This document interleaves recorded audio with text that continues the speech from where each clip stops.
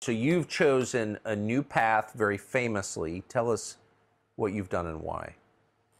Well, we haven't changed the fundamentals of our economy just because you don't change the fundamentals of an economy from one day to another, because that would be very messy. Yes. Even if you do things right, it would be messy, and you don't want mess, right? Yeah. You want things to grow, you want the economy to grow, you want people to be happy, you want people to, the economy to do well, you want your country to do well. So we're doing small steps to change some things and to give people different options. We're not changing everything right away, but we're giving people different options. So we made Bitcoin legal tender. We're the only country in the world where Bitcoin is legal tender. I mean, Bitcoin is used all over the world, even in countries where it is banned, just because you can't ban it. I mean, it's uncensorable. You can't, even if you want to censor it, you can't. Yes. But the only country in the world where Bitcoin is legal tender is El Salvador. That gives us an advantage in the new economic system that's in the works.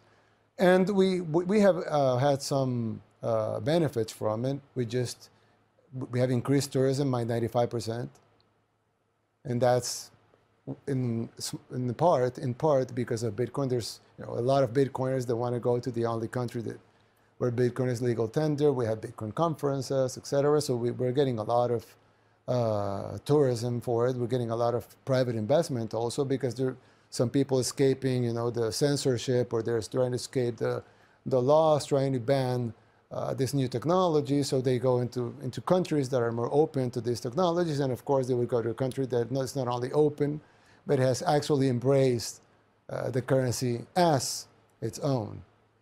So we get a lot of investment, we'll get a lot of tourism, and the other thing we get is that we get some rebranding. Because El Salvador, if a lot of people don't know anything about El Salvador, but if some people know something about El Salvador, it would be bad things like MS-13, yes, right, or the Civil War in the 80s. Of course. But if you're, if you're a Bitcoiner, or if you're into technology, or into new economic systems, or into unconfiscable wealth, then you will listen and you will learn about El Salvador in a different light. We have a project of building a new city. We're mining Bitcoin with the power of volcanoes. So these types of things are not only projects that are very important for the development of our country, but they're also a rebrand. It's also a rebranding. A rebranding that will probably cost hundreds of millions of dollars, and for us it will cost nothing, because it's just making bold and good decisions, and people will like them.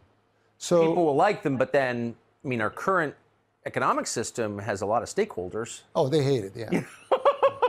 They hate it. Who hates it? Well, the IMF, the World Bank, the Fed, and some of most of the, if not all of the economic publications, you name it, Bloomberg, CNBC, Financial Times, Forbes, we have got a lot of bad press and fake news and FUD, like FUD, like Bitcoiners call it, from this financial publications. They will print lies.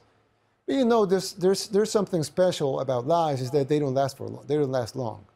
So when people realize that these things don't make any sense, or they see from themselves the difference, like you, for example, you have gone 3 times to El Salvador in different in different times, and so they see things into a different light, and they see reality.